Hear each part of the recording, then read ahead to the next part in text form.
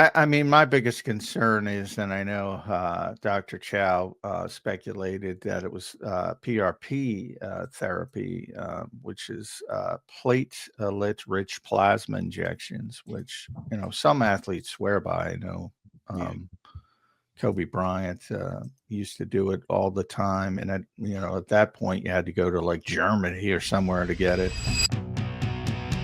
Johnny, that good stuff, man. Let's get into that. First off, let's hit the big news in Eagle Land here today on Birds 365. Yesterday, Jalen Carter ruled out for Monday. He had procedures done on both of his shoulders. We had Dr. Chow on the National Football Show in the afternoon yesterday. Added great context to the procedures like this, and obviously it was more speculation because he didn't have the full information. But he hears double shoulders and he's like, oh, that's small. I mean, you're not going to you're not doing anything major to both shoulders at once. That's just not how it works. So, good information there from Dr. Chow. I urge everybody to go and listen to that interview. It's posted up on the JAKIB Sports channel. But your thoughts on the Jalen Carter news, John? He will be out on Monday. Yeah, he will be out. I mean, my biggest concern is, and I know Dr. Chow speculated that it was PRP therapy, which is platelet-rich plasma injections, which some athletes swear by. I know Kobe Bryant used to do it all the time, and at that point, you had to go to like Germany or somewhere to get it. And it's still not approved by the FDA here in this country. So it's really more of an experimental therapy. Um, you know, is this going to fix anything? You know, I, I, I don't know. I have questioned. That's my concern. It's like, and probably the rest will help him more than anything, to be honest. You know, taking some time off because I don't think he's going to be back soon. And by that I mean, just miss one game. I think it's going to be a couple games. And they might even shut him down for the regular season if things keep going well. If they win and they don't need to win, they might just shut him down to give him that rest, and maybe that helps a little bit. But this is uh this is not good news. It explains a lot what he's been playing through because he hasn't played well at times, and he's just too gifted to not play well. So, and now some of the pieces fall into place. I mean, he missed the end of OTAs. He missed the beginning of training camp. He missed,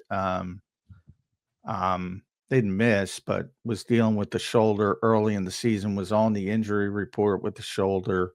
At the time, we thought it was one shoulder.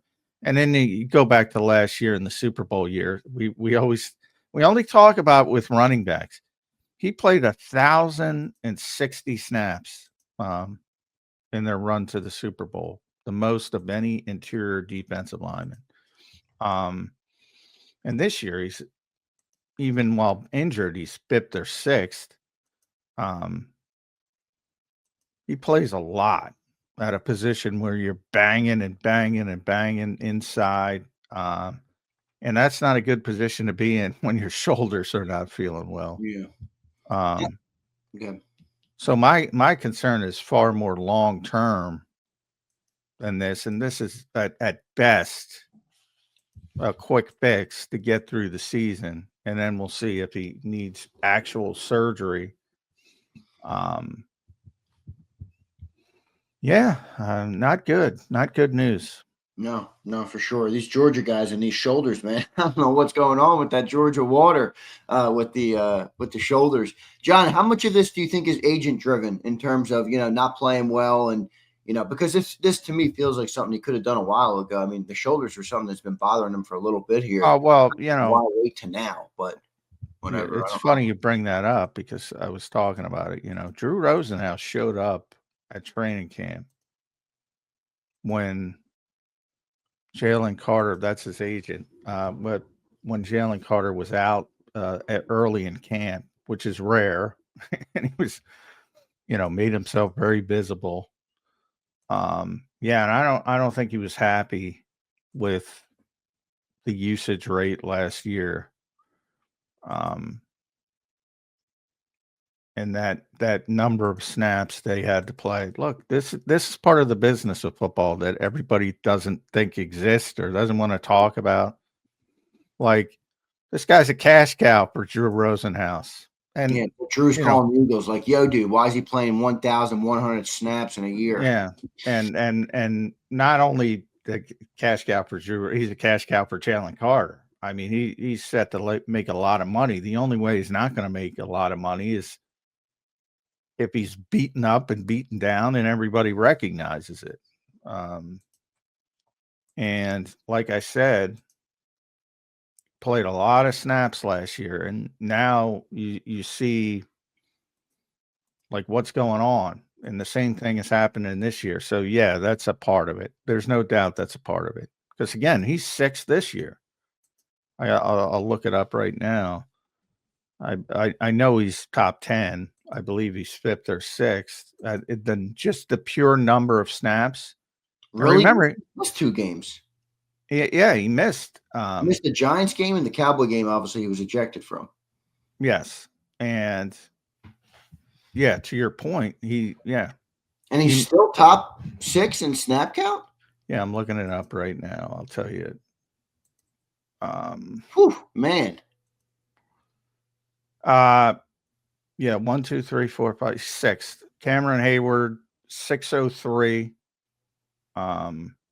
Zach Allen 600. Dexter Lawrence 599. Who I don't know why he's in interior defenders, but I'm thinking Dexter Lawrence. I'm thinking DeMarcus Lawrence. Yeah, sorry, gotcha. Dexter. Jonathan Allen 594. Leonard Williams 593. Jalen Carter 582. Minus 2 games. Minus 2 games. He's probably going to play at minimum, because I'm assuming they're not going to be out there for 87 snaps, but he's probably a minimum 150-50. Get him up to 682. He'd be far and away number 1 again. So, yeah, from Drew's perspective, they are beating the you-know-what out of him. Yeah, that's interesting. Yeah, so he's and obviously his body's breaking down right in front of us. And again, to the point of players staying the same and projecting players, and because I admit I wasn't thinking about it. He's young. That's the thought. But this is a rotational position for a reason. Because those guys take a boatload of punishment. Yeah. And they wear down if they have to play that many snaps. And you're seeing it in real time with Jalen Carter. Yeah, Drew might have to make a call to the offense as well. Can you guys move the fucking ball so we can get Jalen Carter off the field, please? Thank you. Well, ironically, he got I don't want to say it was a benching, but it was trying to wake up, sorry. But it was sort of he wasn't playing well early in the Bears game. And I think they removed him for a little bit because he wasn't playing well. And they put Byron Young in there, who wasn't playing well either. So it didn't matter. And at the end of the day, he still ended up over 60 snaps. Now they played 87. So, I mean, that's far too many, to your point about the defense being out there. But, yeah, and when he does come back, I wouldn't be surprised if it's more structured as far as giving him a breather here and there. But hey, at least it's not because Jalen. You have all these people that because of what went on in college and is he's not trying. No, he's working hard. Well, I mean, he did show up out of shape. Is that because of the shoulders, or did that contribute to the shoulders? I mean, that's my question. You Well, know, I don't know how being out of shape is going to contribute to shoulder pain that already existed while you were in shape playing 1,000 snaps. So I would indicate more that it had an impact on him staying in shape. right? Um, I agree with you. That makes more sense to me. yeah. So it all all the reasons why he wasn't in the best of shape, why he's not playing as well, I think have been answered by this development. How big of an impact for Monday night, John? Eagles Chargers in that game. Obviously losing a player of this caliber is a big deal. How big of a deal for Monday night do you think?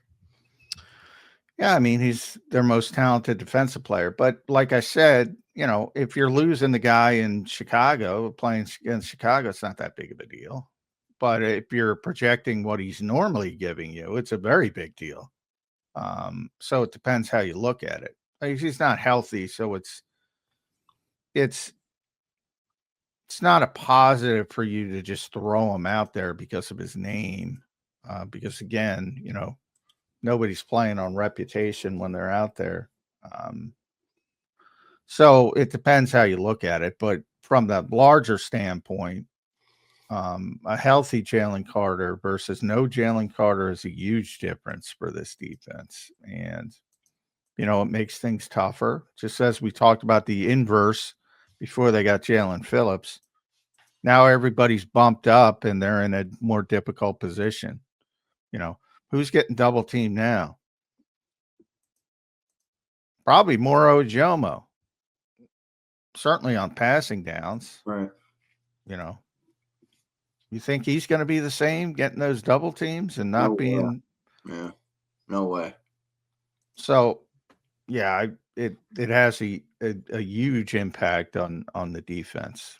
That's your best player. That run defense is concerning too. I mean, the Chargers ran for $190, I think, last week, John. And I think they're getting O'Marion Hampton back as well. And look at Yeah, the report on that.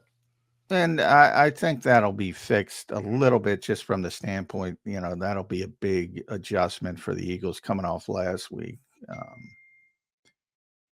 if they, 281 is, I wouldn't even be surprised if you see a 6-man front if you have to. That's what Vic has done in the past when he's concerned about run support. So I think he'll make adjustments, and it won't be not saying it'll be great, but it won't be disastrous.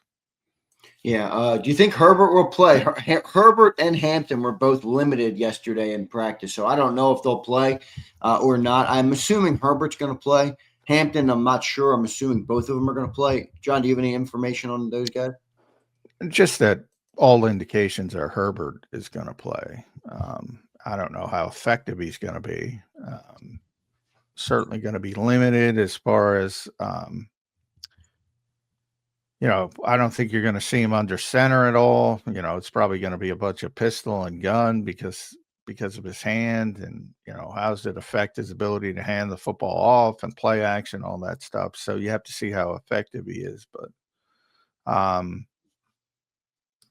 the other part, Hampton, I have no idea.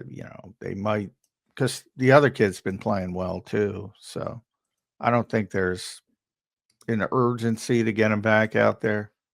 And if he's, that's more of a ramp up thing. They think he's ready, he'll play. If they don't, Vidal's playing arguably better than he was. So um, I think they're comfortable either way there, and it'll just be if they feel he's ready to go. No doubt. Johnny Mac, good stuff. So Carter out for Monday. So you got no Carter, you got no Lane Johnson, and you got Sidney Brown in the game. I don't know. Well, maybe not. It might be Marcus Epps. Might be Marcus Epps. You think so? Vic left that door open. He did leave it pretty open, clearly. Just got to see if he's ready. I think it will be Marcus Epps if they deem he doesn't need, similar to what I just said about Hampton, similar if he doesn't need a ramp up period because he's been out for 4 or 5 weeks or whatever. But yeah, he was pretty clear. In fact, kind of hinted that yeah, probably will be him. And just a veteran guy, more of a veteran guy. More, I think, with Sydney, it's been the issues we've talked about. It's more about he's not where he's supposed to be too much, and that's not acceptable in a Vic Fangio world. And Marcus will calm that down and line up correctly and being where he's supposed to be. Right, that makes sense. Yeah, Cindy Brown's not the best. He got tortured kind of versus the Bears. John, what else happened yesterday at the NovaCare complex? You were down there all damn day. You got the Jalen Carter news in the middle of it. You heard from Jalen Hurts. You heard from some of the other guys in the locker room. What else did you make of the day at the NovaCare complex yesterday, John, that is relevant to the game on Yeah, Monday? well, number one, first of all, the Jalen Carter news broke after the Nick Sirianni press conference. So I'm like, come on. I mean, the head coach should be talking about these things. And then what happens? Well, the players got to talk about it. So, if the Eagles are listening, I mean, come on. What the hell? And now we won't talk till Nick until tomorrow. And Vic spoke Tuesday, and this happened Monday. Now, it's not Vic's place to do it. It's the head coach's place to do it. So I get it a little bit from Vic's standpoint, but and then again, then you're putting the players. So Byron Young's got to talk about it, and who else spoke yesterday? Jordan Davis didn't. Morrow had to talk about. Morrow talked about it. Backward anyway, but that's just you're not doing a service to your players by doing it that way. So it's backward. No doubt. John, Jalen Hurts spoke yesterday. A lot of people, Eagle fans, love hearing from Jalen. Some called it his best press conference ever. Really? I don't know what these. What did I miss? Because I was there. Why? What did you make of what Jalen Hurts had to say yesterday? I thought it was a typical Jalen Hurts press conference. Not good, not bad. Not, he's been a little bit better this year, a little bit more open, I think. He got it, but also there was a bunch of TV questions in there. Maybe that's why. Your phone is blowing up over there, brother. That's not my phone. That's my wife's iPad, but it is blowing up. I apologize. I can't get to it. But it is you had the Jordan Mailata, Walter Payton Man of the Year conversation. You had another question about his cleats. I mean, is this what people want? No, I don't know. Why is this a great press conference? I'll ask. I don't know. People, I don't know. Okafor says what Jalen said went over y'all heads. That's what Okafor. Oh, okay. Went over our heads, or it went right in the wheelhouse of the sycophants. How about that? That's exactly right. Here's Okafor. He says Jalen Hurts called out Patullo's play calling. I guess we're not going to talk about it. Oh, by all means, I got the transcript in front of me. Point that out to me when he did that. Love to talk about it. I was the one who asked him the question on the sequencing, and he said, and that was probably his best answer of the press conference, which he admitted we've got ways to improve. If that's calling out KP, all right. Obviously, they have ways to improve. Yeah, Okafor is telling you about your own question. Okafor, sit down and shut up. Come on, buddy. All right, yeah. Anyway. Yeah, thanks, Okafor. Thanks. Yeah, look, he talked about play sequencing. I know that was John's question. All right, good stuff there. Not a whole lot from Jalen Hurts yesterday, despite what people think or the Jalen sycophants, as you call them, thought of it. John, what do you think of this game on Monday, man? You got no Carter, you got no Lane, you got an interesting team. I mean, this Chargers team they don't really strike a lot of fear in me at all, but they do have a good defense and they play a lot of zone coverage, which has been a struggle for Jalen Hurts and the Eagles offense this year. And the other interesting part about, the Eagles offense, I read yesterday on Philly Voice from, I think it was Jimmy Kemsky on Philly Voice. The Bears brought the house on Jalen Hurts, and Jalen, earlier this year, he had a bad game against the Blitz. He's been really good against the Blitz. And, he had a rare game where he wasn't great against the Blitz. And I wonder if that type of thing will pick up. But they are a zone-based team, and they're a very good defense, John, this year. Yeah, typically everything's been turned on its head. Typically, they struggled against the blitz coming into this season. Then they were great against the blitz. Then they had a bad game. Not every game, obviously, is going to go the same way, and typically they've been good against zone. Then they've been bad against zone this year. So you never know what you're going to get. That's part of the problem with the Eagles. Sometimes it's good. Sometimes it's bad. It's never been great. It's probably been bad more than it's been good. And you wheel that, you throw that wheel around, and a lot of clinging to the mini buy, which what is it? Their fourth mini buy this season in this goopy season. Again, it's more time for the coaches, not more time for the players. Well, it's still more time for the body to rest a little bit, right? I mean, Well, the resting, yeah, that's a big yeah. part of it. Jordan Mailata talked about that yesterday. And Jordan was probably, as he always is, probably the most valuable speaker on the team.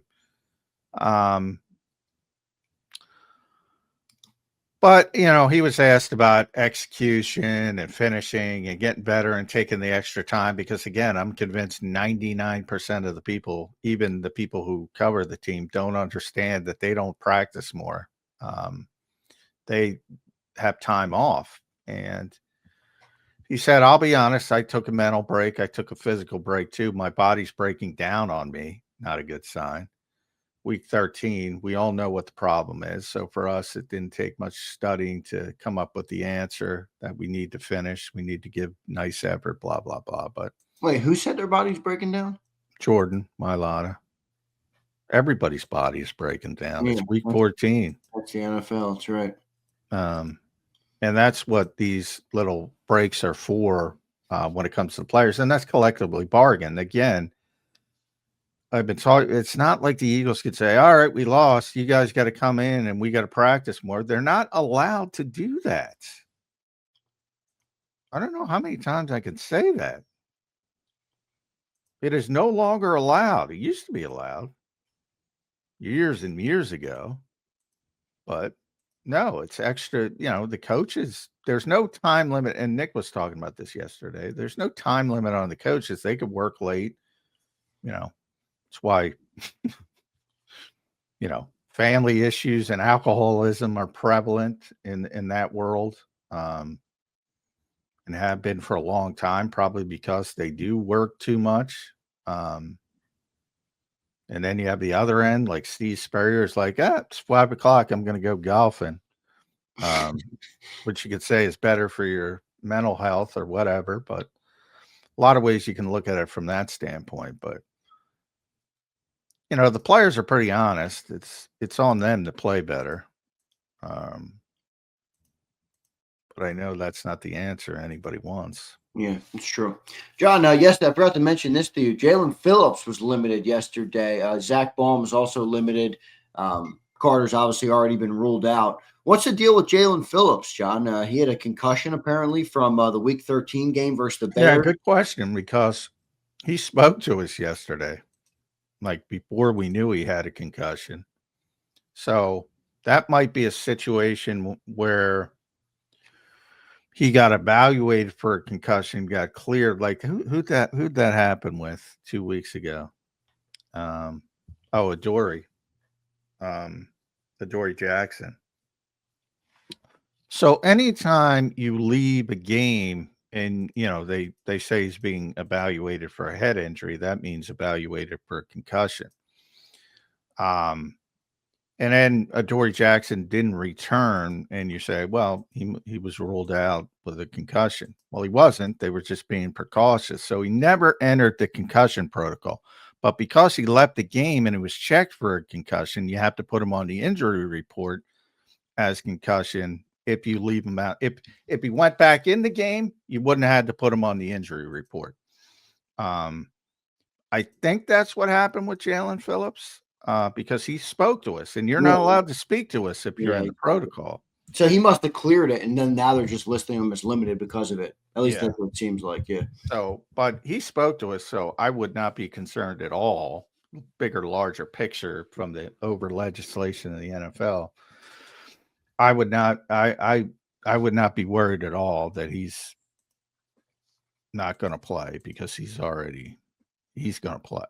Yeah, no doubt about it. John, one other piece of news I wanted to talk to you about here before we get into the game. We're going to break that game down as well.